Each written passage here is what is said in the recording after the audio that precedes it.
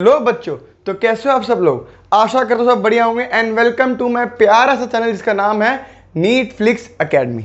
चलिए दोस्त, इस चैप्टर को आज और आगे बढ़ाते हैं। इससे पहले मैं जो पिछला लेक्चर जो मैंने पढ़ाया था आपको, एक ओव्यूल के स्ट्रक्चर के बारे में पढ़ाया था, है ना। तो ओव्यूल का स्ट्रक्चर एक बार दोबारा देख लो। मैंने आपको बताया था एक ओव्यूल के स्ट्रक्चर में दो एंड होते हैं, एक होता है माइक्रोपाइलर एंड और एक होता है चलाजल एंड। ये ओव्यूल एनाट्रोपस था क्योंकि माइक्रोपाइलर एंड की तरफ क्या है, फ्यूनिकल प्रेजेंट है ना। इसके अलावा इसके पास इंटेग्यूमेंट्स होते हैं, आउटर इंटेग्यूमेंट्स और इनर इंटेग्यूमेंट्स। ये दोनों का काम क्या होता है, प्रोटेक्शन प्रोवाइड करना, कवरिंग प्रोवाइड करना। तो इंटेग्यूमेंट्स पूरे ओव्यूल पे होते हैं, एक्सेप्ट कहाँ नहीं होते, माइक्रोपाइलर एंड की टिप पे नहीं होते, क्योंकि यहां से पोलन ट्यूब एंट्री लेती है। इसके अलावा मैंने आपको बताया था न्यूसेलस सेल्स होते हैं। ये न्यूसेलस सेल्स क्या है, रिजर्व फूड मटेरियल, इनके अंदर खूब सारा फूड मटेरियल भरा पड़ा है ना। इसके अलावा मैं आपको बताऊं, ओव्यूल को हम लोग मेगास्पोरेंजियम कहते हैं या फिर मेगास्पोरेंजिया कहते हैं। सर ये लेक्चर तो आप, ये सब तो आप मुझे पिछले लेक्चर में बता चुके हो, तो आज क्यों बता रहे हो, जस्ट ऐसे ही थोड़ा सा तुम्हें रिकॉल कराने के लिए। आज का जो लेक्चर है दोस्त, वो है megasporogenesis and embryo sac formation. ठीक है साहब, ये मेगास्पोरोजेनेसिस देख के कुछ पता हल्का हल्का दिमाग में आ रहा है। सर हमने जब मेल पार्ट पढ़ा था फ्लावर का, वहां पे हमने माइक्रोस्पोरोजेनेसिस पढ़ा था। सेम चीज यहां पे हम लोग मेगास्पोरोजेनेसिस पढ़ेंगे फॉर फीमेल। ठीक है, मैं वहां पे माइक्रोस्पोरोजेनेसिस के बाद पोलन ग्रेन बनता है जो कि होता है मेल गैमेटोफाइट। यहां पे मेगास्पोरोजेनेसिस होने के बाद आपका एम्ब्रियो सैक बनेगा। यहां पे क्या बनेगा, एक एम्ब्रियो सैक। नाम तो समझो यार, एम्ब्रियो क्या होता है, जो जाइगोट होता है उसके बाद एम्ब्रियो बनते हैं, है ना। उसके बाद वो सैक है, एम्ब्रियो सैक। सैक मतलब थैला, एक ऐसा थैला जहां पे एम्ब्रियो सैक होगा। ठीक है ना। तो सेम वही बात है, मेगास्पोरोजेनेसिस होगी, देन एम्ब्रियो सैक फॉर्मेशन होगी। तो ये एम्ब्रियो सैक क्या होगा हमारा, फीमेल गैमेटोफाइट। Female gametophyte. जैसे पोलन ग्रेन हमारा क्या था, मेल गैमेटोफाइट, उसके अंदर गैमेट्स थे। ऐसे ही एम्ब्रियो सैक क्या होगा हमारा, फीमेल गैमेटोफाइट, जिसके अंदर फीमेल गैमेट होगा। और फीमेल गैमेट का प्यारा सा नाम क्या होता है, जरा बता दो, एग। ठीक है, चलो स्टार्ट करते हैं मेगास्पोरोजेनेसिस के बारे में। ये मैंने इसलिए नहीं मिटाया क्योंकि मुझे यहां से आज काम है। ठीक है, चलो थोड़ा सा रिकॉल करते हैं और मेल की तरफ चलते हैं। मैंने आपको कहा था कि मेल एंथर के अंदर बहुत सारे स्पोरोजिनस सेल्स होते हैं, या मैं बोलूं स्पोरोजिनस टिश्यू होते हैं, है ना। और हर एक स्पोरोजिनस सेल की औकात होती है कि वो मां बन सकती है। याद है, तो मैंने आपको बताया था माइक्रोस्पोर मदर सेल, है ना। और वो माइक्रोस्पोर मदर सेल मियोसिस करते थे और क्या बनाते थे, माइक्रोस्पोर बनाते थे। कितने माइक्रोस्पोर बनते थे, 4 बनते थे, है ना। इस प्रोसेस को हम कहते थे माइक्रोस्पोरोजेनेसिस। सेम चीज यहां पे भी होगा, मेगास्पोरोजेनेसिस, सेम टेक्निक होगी, बस नाम चेंज हो गया। वहां पे स्पोरोजिनस सेल था, यहां पे भी कोई ना कोई ऐसा सेल जरूर होगा जो मां बनना चाहेगा। यहां पे भी कोई ना कोई सेल ऐसा जरूर होगा जो आगे जाके मां बनना चाहेगा, है ना। अब वो कौन बनना चाहेगा, सोचो भाई। ये तो प्रोटेक्शन के लिए है, ये भी प्रोटेक्शन के लिए है, ये तो एंड्स हैं, तो इनमें से तो कोई मां बनने लायक है नहीं। ये फ्यूनिकल तो डंडी है और ये प्लेसेंटा तो अटैचमेंट है, तो इनमें से कोई नहीं बन पाया। बनेगा कौन, बनेगा हमारा न्यूसेलस।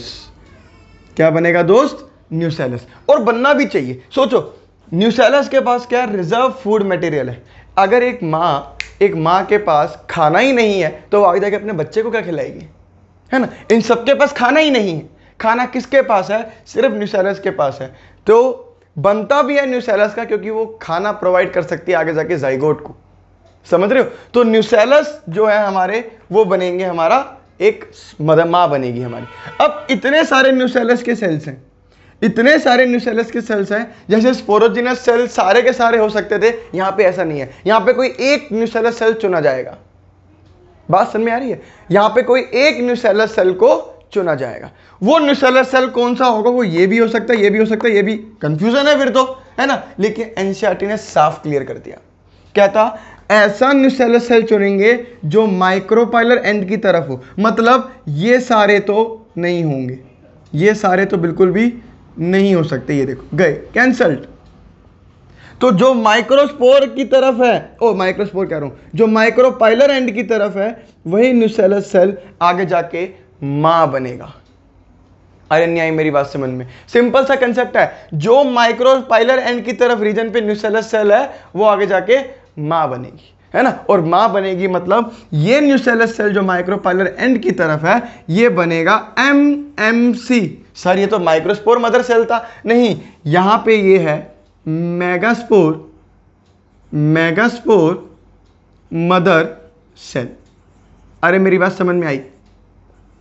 जब इसको चुना गया मां बनने के लिए, जब इसको चुना गया कि आपको खुशकिस्मत है आपकी, आप माइक्रोपाइलर एंड की तरफ थे और आपको सौभाग्य दिया जा रहा है कि आप मेगास्पोर मदर सेल यानी आप मां बनेंगे जिससे एक एम्ब्रियो सैक फॉर्मेशन होगी, तो उसने बोला मैं बहुत खुश हूं, मैं बहुत आभार करती हूं आपका, ठीक है। तो उसने बोला कि आपको पहले ये क्या करती है, मां बनने से पहले ना थोड़ी सी लिमिट बढ़ानी पड़ती है। ये बहुत छोटे से सेल्स होते हैं, अगर इसको मां बनने का मौका मिला है तो ये अपने सेल के साइज को इंक्रीज करती है ना, ये अपने सेल के साइज को इंक्रीज करती है। और मान लो अब ये इसने सेल के साइज को इंक्रीज कर दिया, ये सेल के साइज को इंक्रीज कर दिया ऐसा। अब now this one is the nucellus cell, या मैं इसको कहूं न्यूसेलस सेल ना कह के मैं इसको कहूंगा मेगास्पोर मदर सेल।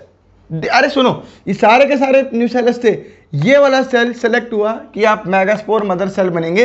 इस खुशी में इसने अपने आप की साइज को इंक्रीज कर लिया और ये न्यूक्लियस है इसका और ये अंदर इसका डेंस साइटोप्लाज्म। अरे नहीं आई मेरी बात समझ? अब मैं इस मेगास्पोर मदर सेल को दोस्त यहां बना के आपको दिखाऊंगा, ठीक है। अब मैं सब मिटा रहा हूं और इसके बाद मैं आपको समझाऊंगा कि कैसे एम्ब्रियो सैक फॉर्मेशन होती है। बहुत इंटरेस्टिंग वीडियो होने वाली है, टेंशन ना लीजिए, बोर आप होंगे नहीं, ठीक है। चलो मिटाता हूं। कंसेप्चुअल बातें हैं यार, कंसेप्चुअल बातें हैं, अगर ये एक बार ही समझ आती है तो दोबारा भूलने की जरूरत नहीं पड़ती, ठीक है। चलो बच्चों स्टार्ट कर रहे हैं। चलो इधर देखो भाई, सीधी सी बात है, ये अब हमारा हो गया, ये अब हमारा एक बड़ा सा सेल हो गया, क्या? Megaspore mother cell. पूरा लिख दूं क्या नाम? सर हम MMC को हम माइक्रोस्पोर आज तक बोल रहे हैं, माइक्रोस्पोर नहीं, अब मेगास्पोर मदर सेल आ चुका है, मेगास्पोर मदर सेल, ठीक है। याद है माइक्रोस्पोर मदर सेल बनने के बाद क्या होती थी? मियोसिस, है ना। क्यों? क्योंकि स्पोरोजिनस सेल का जब वो माइक्रोस्पोर मदर सेल बनता था उसकी प्लॉइडी क्या होती थी? 2n। तो यहां पे भी 2n ही रहेगी। यार देखो सीधी सी बात है, मैंने तुम्हें पहले ही कहा सिर्फ नाम चेंज हो रहे हैं, प्रोसेस सेम है, ठीक है। इसके अंदर अब क्या होगा दोस्त? मियोसिस होगा। इसके अंदर क्या होगा? ये इसका न्यूक्लियस है प्यारा सा, इसके अंदर क्या होगा? मियोसिस। आपको पता है मियोसिस दो पार्ट में होती है, एक बार होगी पहले मियोसिस 1 और फिर होगी मियोसिस 2। जब मियोसिस 1 हुई तो इस सेल को, एक सेल के कितने सेल बन गए यहाँ पे? इधर समझिए, एक सेल हो गए आपके 2 सेल में कन्वर्ट। एक सेल ये रहा, एक सेल ये रहा। अरे 2 सेल बन गए ना, ऐसे 2 सेल को बोलते हैं हम लोग मेगास्पोर डायड। डायड मतलब 2, ठीक है। इसकी प्लॉइडी क्या होगी दोस्त? n। ऑफ कोर्स सी बात है, अब तक तो n हो गई होगी। अरे बोलो मेरी बात ना समझ में आ रही हो तो, है ना। मियोसिस 1 के बाद प्लॉइडी हाफ हो गई, फिर इसके बाद क्या होगी दोस्त? इसकी होती है मियोसिस 2। ये दोनों मिला के एक मियोसिस हुआ है, एक मियोसिस हुआ दोनों मिला के। याद रखना, उधर भी मैंने आपको बताया था, इधर भी मैं आपको बता रहा हूं, ठीक है। मियोसिस 2 जब हुई तो यहां पे हमारे मियोसिस जस्ट लाइक माइटोसिस 2 होती है। मियोसिस 2 जो होती है वो जस्ट लाइक माइटोसिस होती है। तो यहां पे एक सेल की जगह आपके बन जाएंगे कितने सेल्स? वेरी गुड, 4 सेल्स बन जाएंगे, 1 2 3 4, है ना। ऐसो को हम क्या बोलेंगे? इस बार 4 है ना, तो हम बोलेंगे मेगास्पोर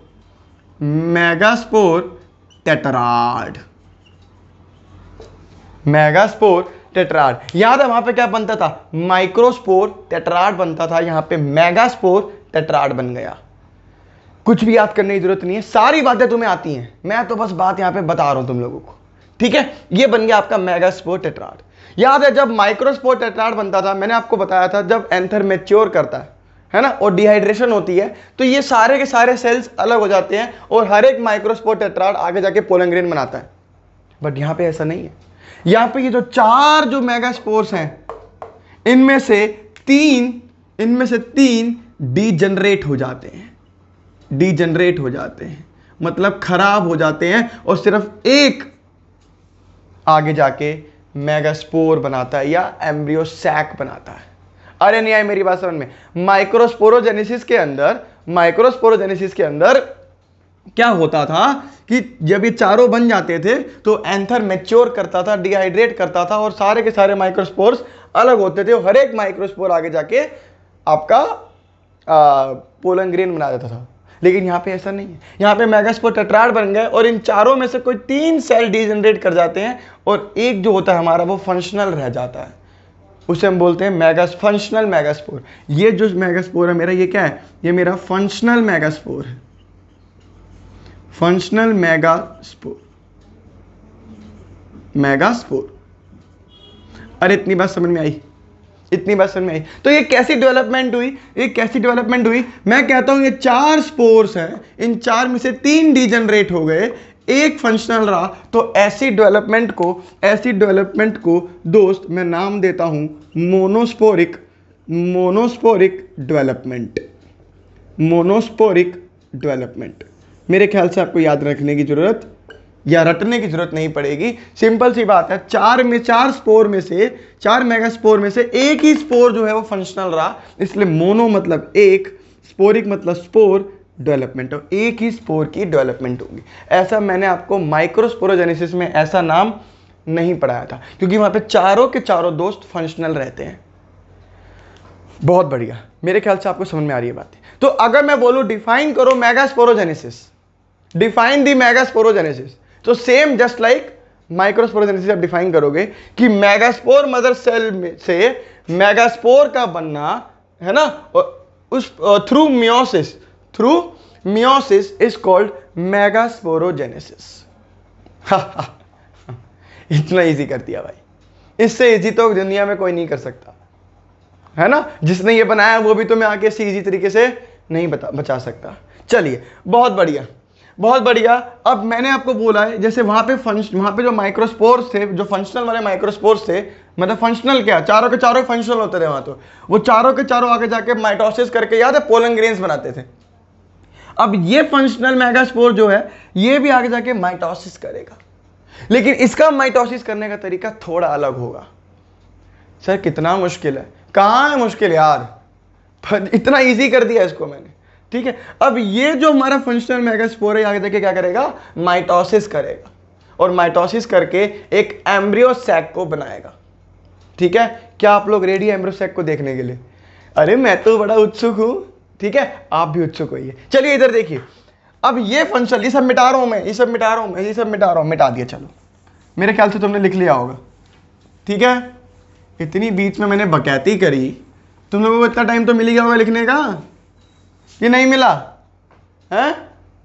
हाँ भाई, चलो स्टार्ट कर रहे हैं एम्ब्रियो सैक फॉर्मेशन या एम्ब्रियो सैक का development. Embryo sac development start करें। चलो समझो यार, समझो, सिंपल सी बात है। अब सिंपल सा, आप तो सारे सिंपल कह रहे हो, कोई सिंपल है ही नहीं बातें।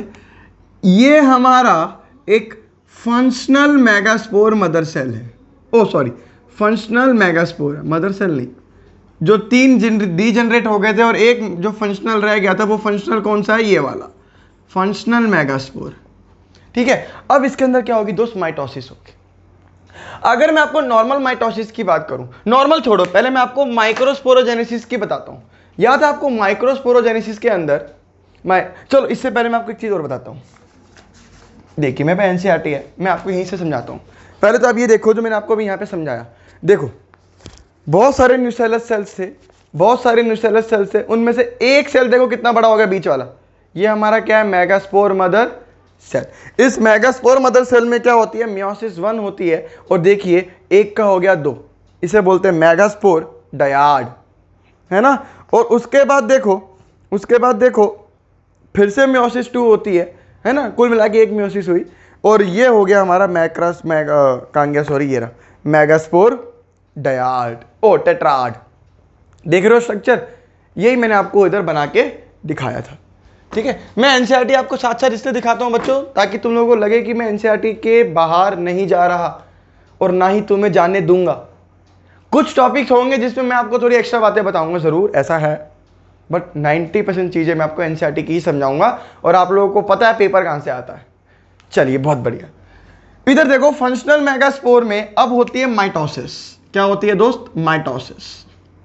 माइटोसिस का तरीका मेरे ख्याल से आप लोगों ने 11वीं क्लास में सीखा था। क्या होता था? पहले न्यूक्लियस डिवाइड करता है।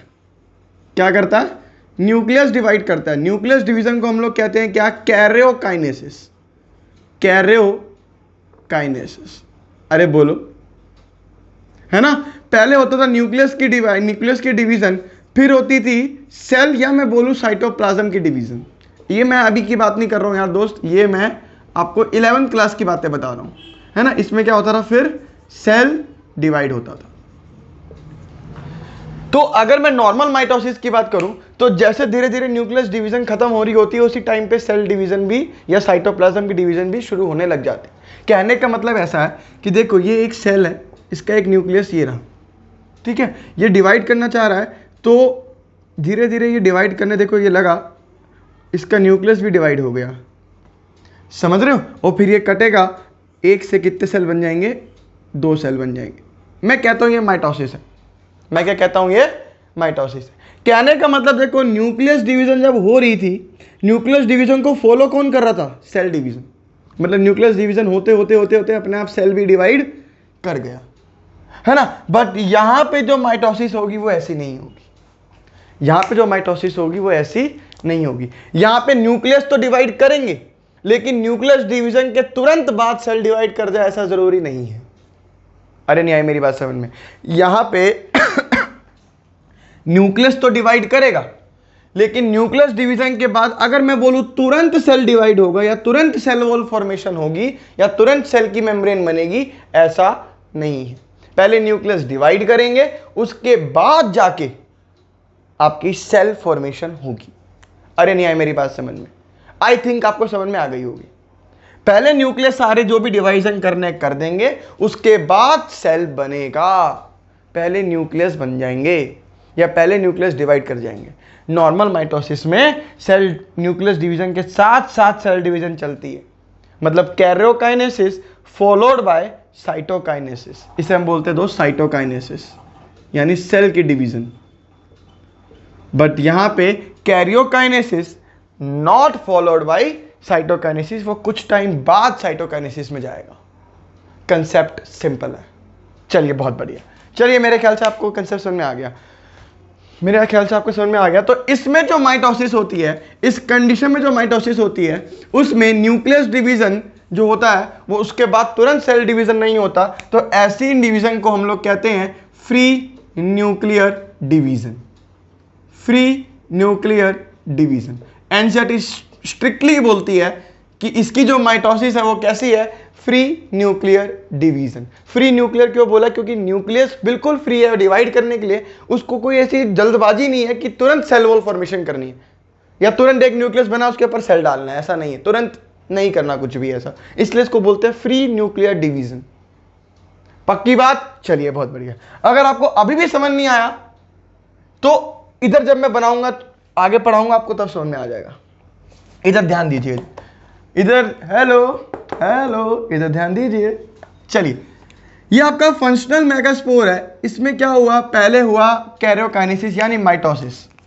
पहली बार जब माइटोसिस हुई, फर्स्ट माइटोसिस, क्या लिखूंगा मैं यहां पे? फर्स्ट माइटोसिस, है ना। और कैसी माइटोसिस है ये? आपको पता है, फ्री न्यूक्लियर। अरे मैं कुछ नहीं बोल रहा, एनसीईआरटी की सारी भाषा है, एनसीईआरटी सारी लाइन लिखती है, मैं तो कुछ लिखता ही नहीं। मैं क्या हूं एनसीईआरटी के सामने। यहां पे क्या हुआ? माइटोसिस हुआ। अच्छा याद रखना इसकी प्लॉइडी क्या है? एन ही है ना। तो यहां पे क्या हुआ दोस्त? ये देखो एक न्यूक्लियस से माइटोसिस हुई, सेल न्यूक्लियस डिवाइड हुए, कितने बन गए? 2 न्यूक्लियस बन गए। क्या बन गए? 2 न्यूक्लियस बन गए। जैसे ये 2 न्यूक्लियस बन जाते हैं, एक न्यूक्लियस इस पोल पे चला जाता है और एक न्यूक्लियस इस पोल पे चला जाता है, अलग अलग एंड पे चले जाते हैं। याद रखना, जैसे ही एक न्यूक्लियस का 2 न्यूक्लियसन हुआ, एक न्यूक्लियस का 2 न्यूक्लियस हुआ, उसी टाइम पे एक न्यूक्लियस यहां चला जाता है और एक न्यूक्लियस यहां चला जाता है। तो आई थिंक मैं ज्यादा अच्छे से बनाऊं तो एक न्यूक्लियस में यहां बना देता हूं और एक न्यूक्लियस में यहां बना देता हूं। आई थिंक आपको समझ में आई होगी बात। ठीक है। इसके बाद मैंने क्या कहा, फ्री न्यूक्लियर डिवीजन है, तुरंत सेल नहीं बनेगा, फिर से माइटोसिस होगी, जिसे मैं बोलूंगा सेकेंड माइटोसिस।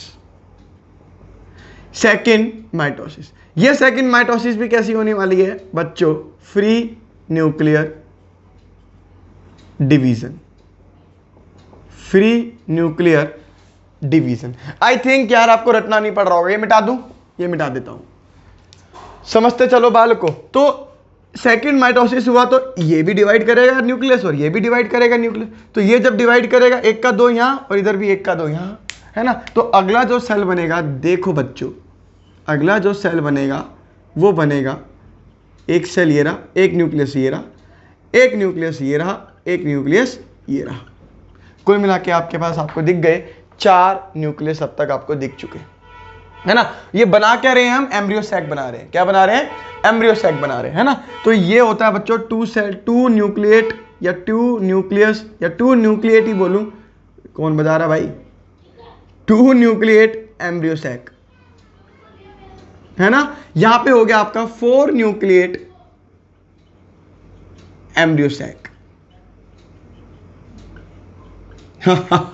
इजी लग रहा है, बिल्कुल इजी लग रहा है, कोई दिक्कत वाली बात नहीं यहां तक, ठीक है। इसके बाद लास्ट माइटोसिस और होती है, जिसे मैं बोलता हूं माइटोसिस नंबर, माइटोसिस नंबर, या मैं लिखूं इसको अच्छे तरीके से तो थर्ड माइटोसिस यहां होती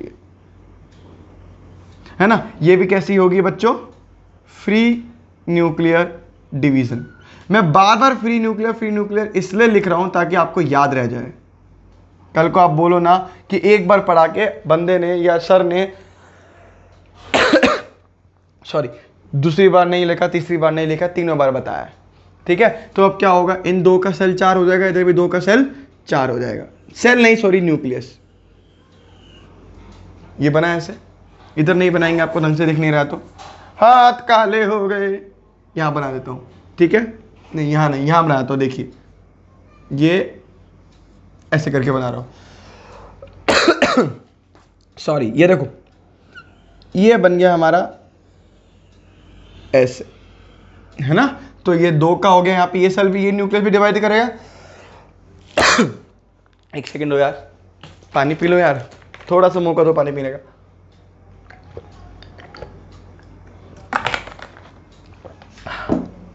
चलो इधर देखो, ये न्यूक्लियस डिवाइड करेगा, ये भी न्यूक्लियस डिवाइड करेगा, ये भी न्यूक्लियस, ये भी न्यूक्लियस, है ना।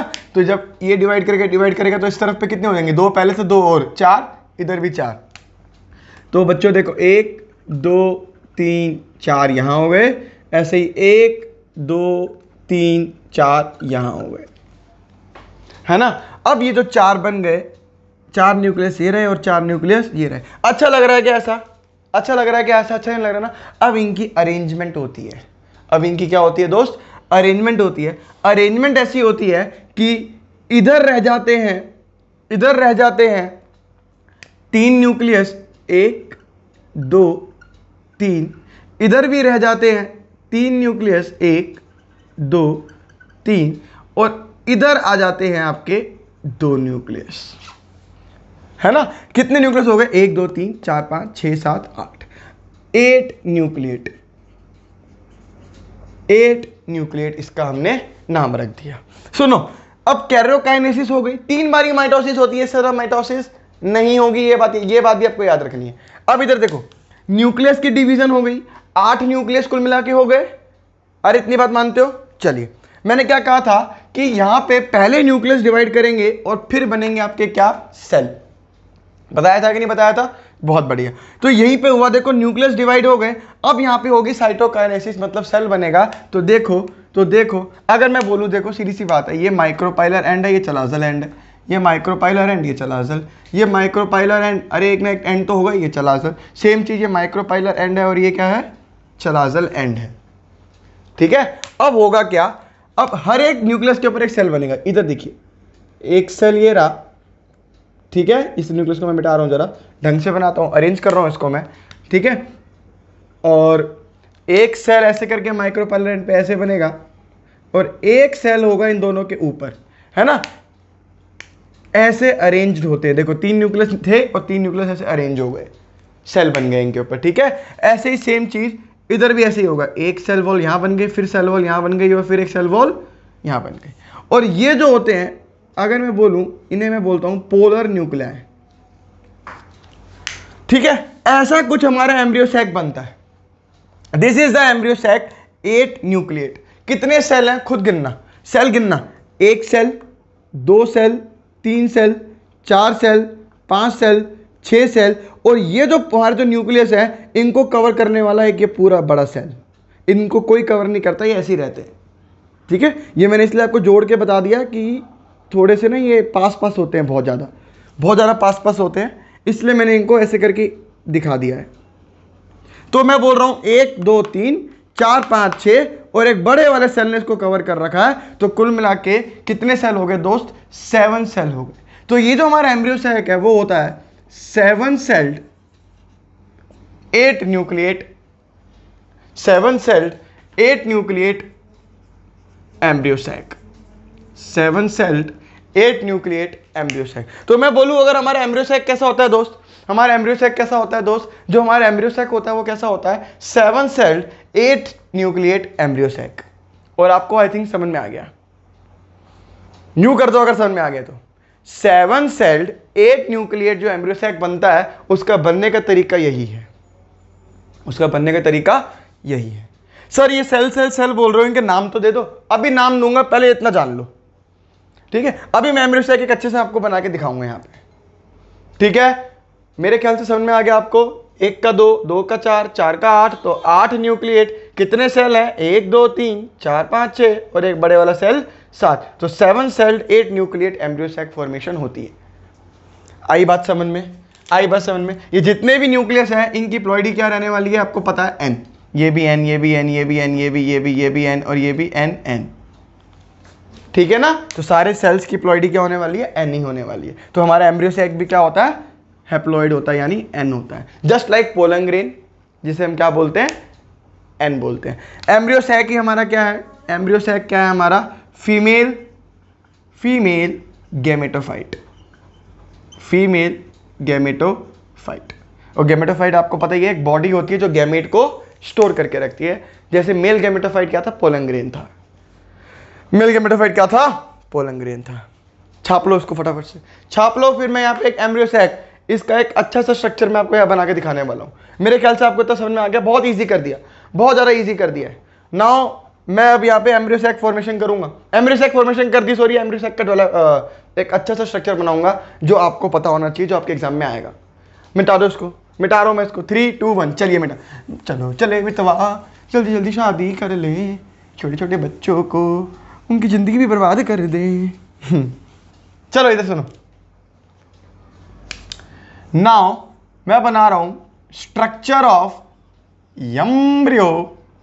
एम्ब्रियो सैक, या मैं बोलूं फीमेल गमेटोफाइट, फीमेल गमेटोफाइट। क्या आप रेडी हैं, क्या आप रेडी हैं, क्या आप रेडी हैं? चलिए रेडी हैं नहीं है, लेकिन मैं रेडी हूं बनाने के लिए। इधर देखो भाई, एम्ब्रियो सैक बनता है आइसन, ये आपका एम्ब्रियो सैक बना रहा हूं मैं, ठीक है। कैसा बनेगा, 7 celled 8 nucleate, 7 celled 8 nucleate embryo sac, ऐसा बनाऊंगा। एग्जाम में आता है, आपकी 12th क्लास में आता है, आपके 12th क्लास के एग्जाम में आएगा कि आप एम्ब्रियो सैक का फॉर्मेशन करिए, तो आप 7 सेल्ड 8 न्यूक्लिएट एम्ब्रियो सैक बनाएंगे वहां जाके, अगर डायग्राम लाने को बोला है। मैं बोलता हूं दोस्त, ये माइक्रोपाइलर एंड है और ये चलाजल एंड है। सुनना बहुत ईजी है, आपको पता है 3 सेल यहां होने वाले हैं, एक सेल ये रहा, एक सेल ये रहा और एक इनके ऊपर महाराज की तरह ऐसे होगा। इन तीनों के पास अपना अपना न्यूक्लियस, 1 2 3। सेम चीज चलाजल एंड पे भी 3 सेल्स होंगे, 1 2 3, 1 2 3, ठीक है। बीच में जो होंगे यहां पे भी 2 न्यूक्लियस होंगे और 2 न्यूक्लियस बहुत बहुत आपस में पास होंगे, लेकिन इसका मतलब ये नहीं है कि वो चिपके होंगे या फिर फ्यूज होंगे, ऐसा नहीं है बिल्कुल भी कि वो स्टार्टिंग में फ्यूज होंगे। अभी ये लोग फ्यूज्ड नहीं होंगे, हाँ बहुत पास पास है लेकिन फ्यूज नहीं है। सुनिए, ये जो दो सेल्स हैं जो आपको माइक्रोपाइलर एंड की तरफ दिख रहे हैं, इन सेल्स को हम लोग कहते हैं दोस्त सिनर्जिड्स, या ऐसे ना करके मैं आपको दिखाऊंगा ऐसे करके। इन दोनों सेल्स का नाम है दोस्त सिनर्जिड्स।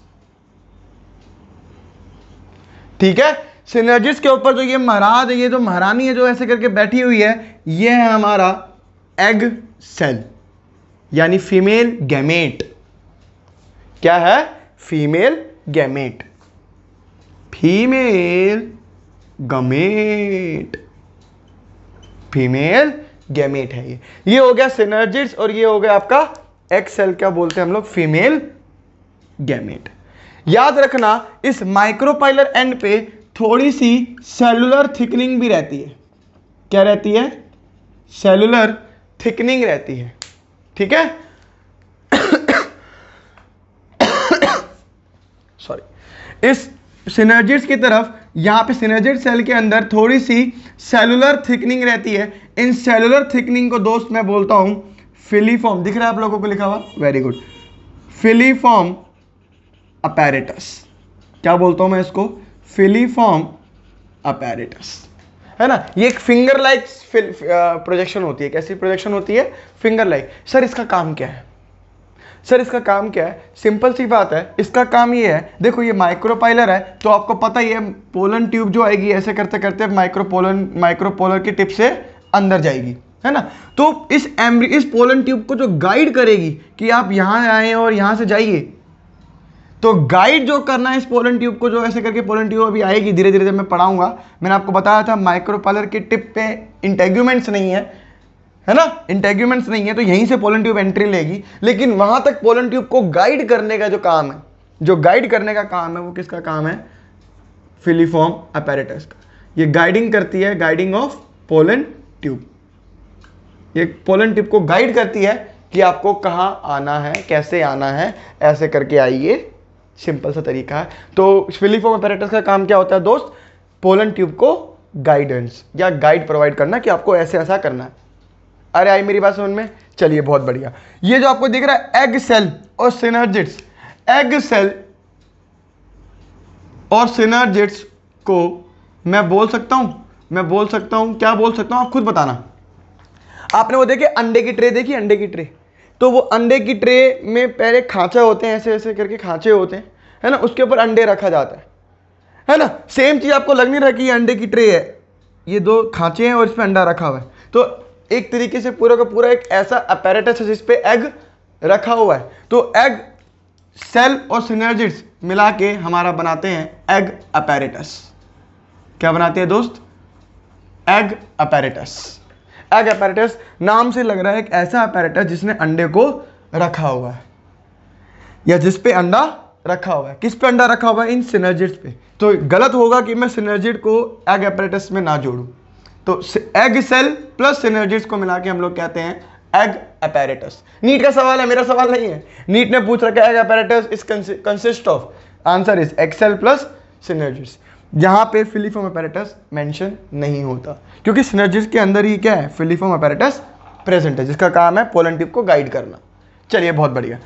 एक पोल पे मैंने आपको माइक्रोपाइलर पोल पे मैंने ये बता दिया, ये इसका अपोजिट पोल है, तो ये अपोजिट पोल है यानी एंटी पोल है ना। तो ये एंटी पोल है, तो इन सेल्स को हम लोग प्यार से बोलते हैं एंटीपोडल सेल्स। क्या बोलते हैं? एंटीपोडल सेल्स बोलते हैं, है ना। और बीच में ये जो न्यूक्लियाई हैं, इनको मैं बोलता हूं दोस्त पोलर न्यूक्लियाई। क्या बोलता हूं? Polar nuclei. अरे मेरी बात सुन में आई? Polar nuclei, antipodal cells, synergid, egg cell, और ये बीच वाले क्या है? Polar nuclei. ठीक है, इस पोलर न्यूक्लियाई को जो पूरा का पूरा एंक्लोज करके बैठा है, वो ये देखो, ये बड़े वाला सेल दिख रहा है आपको? इन बड़े वाले सेल को हम लोग क्या बोलते हैं? Cell, central cell. क्या बोलते हैं दोस्त?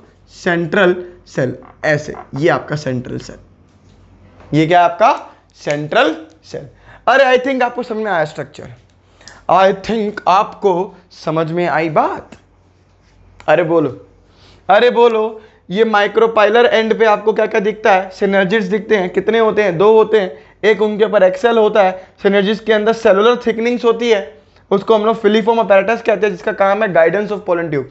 इसके अलावा मैंने आपको बताया ऊपर की तरफ 3 सेल होते हैं एंटीपोडल सेल्स, उसके बाद बीच में होता है पोलर न्यूक्लियाई, जिसको कवर करके कौन बैठा है, सेंट्रल सेल, है ना। ये आपका सेंट्रल सेल हो गया। तो कुल मिलाकर कितने सेल हो गए, 1 2 3 4 5 6, और ये एक बड़े वाला सेल, 7 सेल हो गए। और न्यूक्लियस कितने हो गए, 1 2 3 4 5 6 7 8। तो 7 सेल्ड 8 न्यूक्लिएट एम्ब्रियो सैक होता है। सिंपल से मेरी बात ये थी दोस्तों। अब एनसीईआरटी एक लाइन लिखती है, एनसीईआरटी एक लाइन लिखती है जिसको बड़ा कंफ्यूज करते हैं बच्चे, लेकिन आपको लाइन वही याद करनी है, चाहे वो यहां से मैच करे ना करे, ठीक है। सुनना, लाइन बोलती है एनसीईआरटी, यहां पे देखो पेज नंबर है 27, मेरे पास ओल्ड बुक है, ठीक है। उसमें लिखा है देखो 6 of the 8 nuclei are surrounded by cell walls, है ना, कि 8 न्यूक्लियस में से जो 6 न्यूक्लियस है उनके पास सेल वॉल्स हैं, इनके पास नहीं है। मैंने आपको पहले कहा था मैंने इनको छुपा के रखा है, ऐसे चिपका के रखा है, लेकिन चिपके हुए नहीं है, ये सेल वॉल नहीं है इनकी, बिल्कुल भी सेल वॉल नहीं है इनकी, ठीक है। यहाँ पे ये जो एक बड़ा सेल है उसने इसको ढक रखा है, ऐसा हम मान रहे हैं, ठीक है। तो देखो 6 of the 8 nuclei are surrounded by cell walls and organized into cells. The remaining 2 nuclei, जो remaining 2 nuclei है called polar nuclei are situated, सुनना, are situated below the egg apparatus, egg apparatus in the large central cell. कहना क्या कह रहा है, कह रहा है कि ये जो पोलर न्यूक्लियाई है ये बिलो दी एग apparatus है, लेकिन यहां तो मुझे अबव दी एग apparatus दिख रहे हैं, है ना। बोल रहा है कि पोलर न्यूक्लियाई जो है वो एग apparatus के बिलो है और सेंट्रल सेल से इसको लाइन हो रखा है, मतलब सेंट्रल लाइन इसको सेंट्रल सेल के बीच में है, सेंट्रल सेल के बीच में नहीं, सॉरी, ये क्या बोल रहा है, located inside the large cell, मतलब सेंट्रल सेल, मतलब इसके सेंट्रल सेल में लोकेटेड है। ये बात तो ठीक है, चलो सेंट्रल सेल में लोकेटेड है। ये बात समझ नहीं आई मुझे कि ये ऐसा क्यों बोल रहा है कि ये एग apparatus के बिलो है। ये तो मुझे एग apparatus ये रहा इसके अबव दिख रहा है ना। तुम लोगों भी कंफ्यूजन हो रही होगी इस बात पे। इस बात पे कंफ्यूजन इसलिए हो रही है दोस्त, इस बात पे कंफ्यूजन इसलिए हो रही है, इधर देखो, यहां पे जो इन्होंने डायग्राम बनाया ये आपको दिख रहा है, ये आपको दिखा रहे हैं एम्ब्रियो सैक फॉर्मेशन। यहां पे आपको एम्ब्रियो सैक फॉर्मेशन दिखा रहे हैं, ठीक है। देखो इन लोगों ने यहां तक जब ये बना रहे थे, तो यहां तक जब ये बना रहे थे, समझा रहे थे हमें इस डायग्राम तक, है ना। देखो ये 2 सेल, 2 न्यूक्लियस, 2 के 4, 4 के 8, इसके बाद ये सब बन रहे हैं जो मैंने बनाया आपको, है ना। ये देखो इन्होंने सिनर्जिड्स दिखाए हैं ऊपर की तरफ, मतलब माइक्रोपाइलर एंड दिखाए इन्होंने ऊपर की तरफ, इन्होंने एंटीपोडल सेल्स नीचे दिखाया, मतलब चलाजल एंड दिखाया नीचे की तरफ, है ना। इसके जस्ट अगले में जब उन्होंने ढंग से बनाने की कोशिश करी, तो उन्होंने ऊपर दिखा दिया चलाजल और नीचे दिखा दिया, नीचे क्या दिखा दिया, माइक्रोपाइलर, यानी सिरा घुमा दिया। समझ रहे हो। तो एनसीईआरटी ने जो बताया है कि एग apparatus जो है हमारा, सॉरी, पोलर न्यूक्लियाई जो है हमारा, वो बिलो दी एग apparatus है, वो इस बेसिस पे है, क्योंकि ये देखो ये रहा ऊपर एग apparatus, ये रहा इसका पोलर न्यूक्लियाई। समझ रहे हो। तो अब तो बिलो आ गया ना, लेकिन उन्होंने आखिरी में इसको घुमा के बना दिया। तो जो एनसीईआरटी की लाइन लिखी है वो इसको समझा रही है।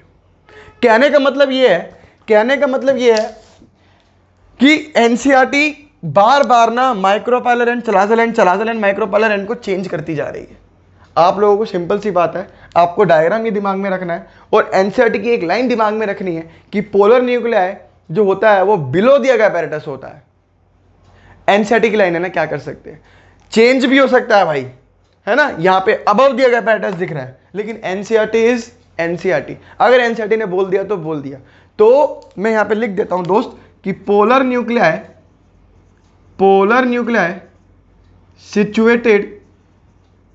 situated below the egg apparatus, 1 lakh रुपए की बात है, 1 लाख रुपए की बात है।